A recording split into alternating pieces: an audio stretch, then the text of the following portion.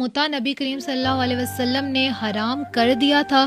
اگر وہ حرام کر دیا تھا تو پھر آج اہل تشیع جو ہیں وہ اس چیز پہ کیوں عمل کرتے ہیں؟ یہ میرے خیال میں اتنا مسئلہ یہ چلا ہوا ہے، مستقل کتابیں لکھی گئی ہیں.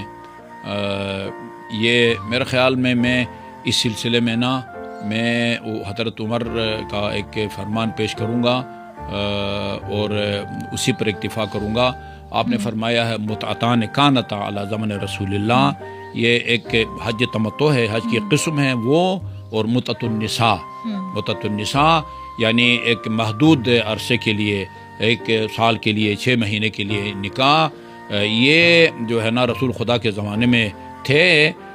انا احرمہما، میں ان کو حرام قرار دیتا ہوں. وہ اعاقب علیہما، جو کرے گا میں اس کو سزا دوں گا.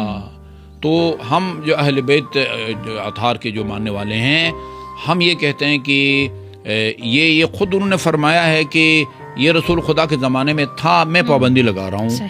تو ہم یہ کہتے ہیں کہ رسول خدا کا جو حلال کردہ کام ہے وہ قیامت تک حلال ہے.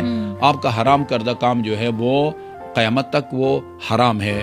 ہم کسی کو یہ اختیار نہیں دیتے کہ جسے رسول خدا نے حلال کہا ہے اس کو کوئی آ کے حرام قرار دے، اور جس کو رسول خدا نے حرام کہا ہے اس کو کوئی آ کے حلال قرار دے.